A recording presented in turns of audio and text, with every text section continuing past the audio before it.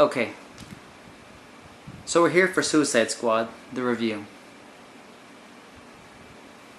So I saw it on Saturday after it released, and when I left the theater, let's just go back and say that before I watched the movie, I had a couple drinks. I was a little hazy, you know, trying to be in a good mood.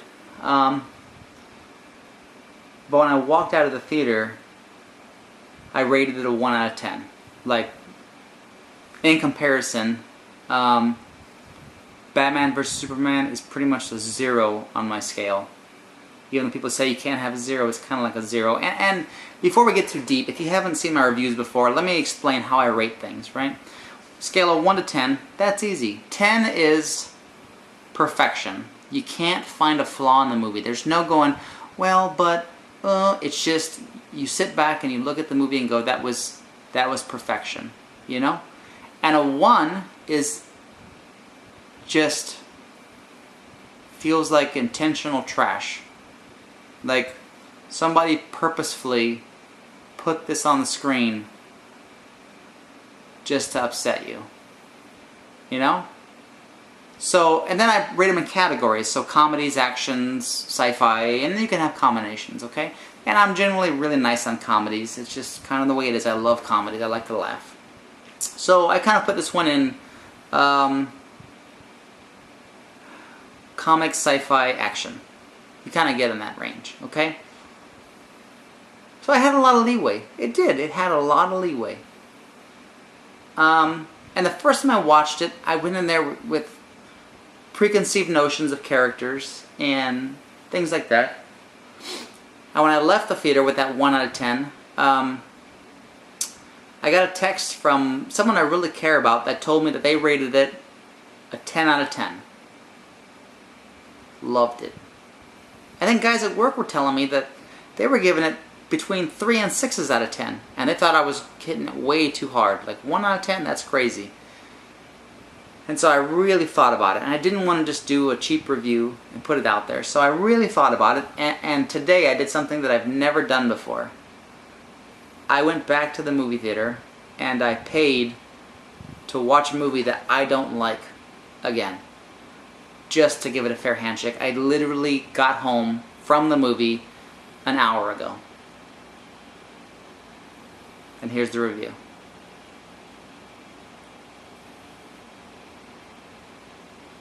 It didn't feel right. Will Smith's in this movie, but he's not Deadshot. Will Smith is just Will Smith. That's who he is. And unfortunately, as with 90% of the actors in Hollywood today, actors aren't cast to act. They're cast to play themselves. And that's what happened here. Somebody picked Will Smith and put him in this part with the hopes that Will Smith fans and the hopes that his heart can carry this movie through. But that's not what we needed. We needed someone that was dirtier and nastier than Will Smith. I challenge you to go back and watch that movie again and close your eyes and listen to the lines and the intensity that Will Smith says them and tell yourself that you were listening to the #1 assassin, not in America, not in Europe, in the world. In the entire world, the #1 assassin. Is that the guy you're hearing? That wasn't the guy that I was hearing. So, Will Smith, I love him, but he played Will Smith. He brought Will Smith to the movie. Okay. Harlequin. Only 2 people walked out of this theater going, oh my God, that Harlequin is awesome.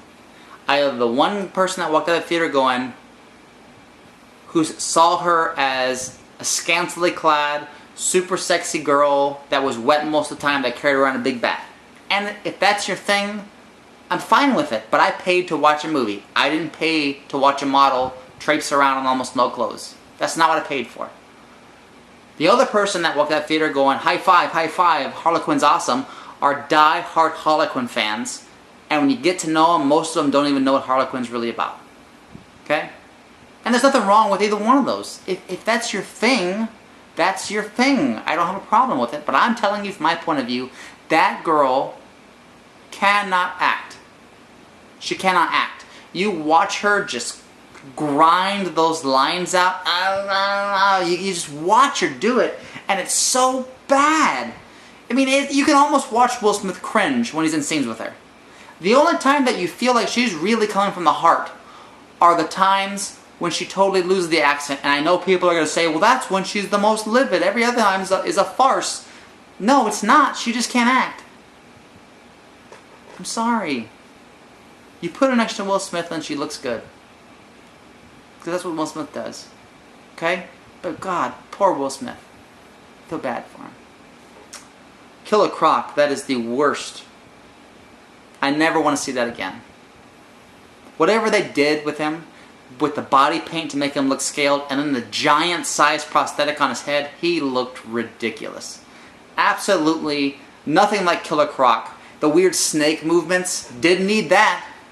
Why couldn't he just be Killer Croc? Why couldn't he just be the ex-carnival guy that escaped, that everybody beat up almost like Frankenstein, who just happens to look like a crocodile? Or why not go the other direction and make him like the Killer Croc from the most recent stuff, where he looks kind of like a crocodile? But no, we just kind of blandly didn't take any chance and just put him somewhere in the middle and just let him do whatever. And if you didn't foresee that the only reason Killer Croc was in the movie at all was just so we could have a scene where he goes in the water to save the day, you were lost. You weren't watching the same movie I was, because that was the only reason he was in the movie, was just to go into a sewer line somewhere.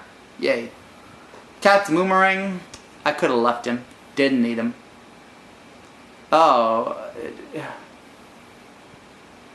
Katana was cool. I didn't have a problem with her, but I got a thing for Asian chicks with swords. What am I going to say? You know? I'm biased. But I thought she was cool. The movie just didn't have itself figured out. Joker was not needed.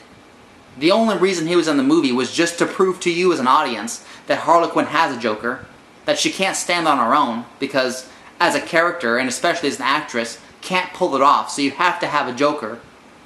I don't know why. He was only in it for such a short period of time that I don't think I can sit there and put a nail in his coffin and say this is not what I want in a Joker. But if I had to judge it off of what I saw, this is not what I want in a Joker. He's not the Joker. He had moments where he felt like he was moving that direction, but then they just tried to art it up too much. There were scenes that felt more like a comic book cover and less like a movie, and then there were moments where he was in love with Harley Quinn, and in your mind you're saying Joker's a psychopath. He would kill anybody. Why would he care about anybody? Joker has no weaknesses. He would sacrifice anything and everything. He would sacrifice the world to keep himself alive unless it proved a point to hurt Batman. But suddenly he's in love with Harley Quinn. What? I don't know.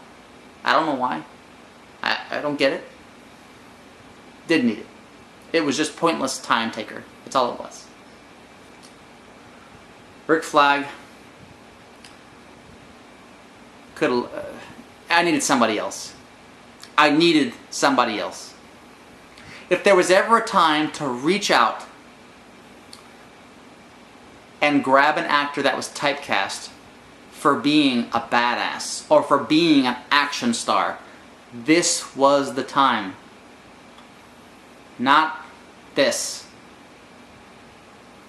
He didn't do it in RoboCop. He didn't do it in Run All Night. He's obviously not going to do it on this one. I'm sure he's been in other movies, but I'm not a fan.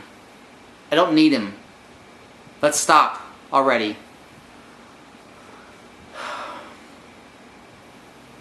The plot of the movie was lost.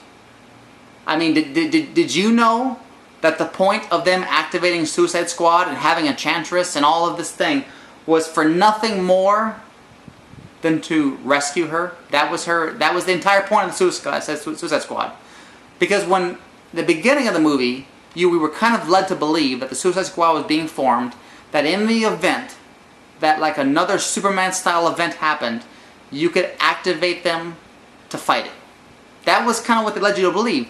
But then when the Superman-style sized event happened, they were sent on a rescue mission. Yeah. Enchantress was a side project. You know? I don't know.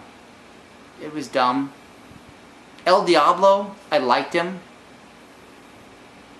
I just felt like he was not written well enough.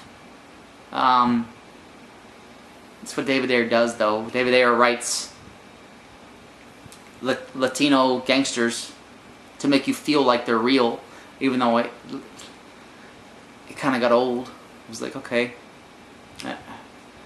I don't know. The whole thing felt like a mishmash of scenes that were just slammed together to hope that it made something right. The actors had no charisma with each other. There were moments that you felt like things were going right, and then they would just drastically go wrong. It was almost like a roller coaster that you would take the roller coaster going up. You would just go up for like 3 clicks, only to drop down 40 clicks. You know, you never got to the point where you were excited.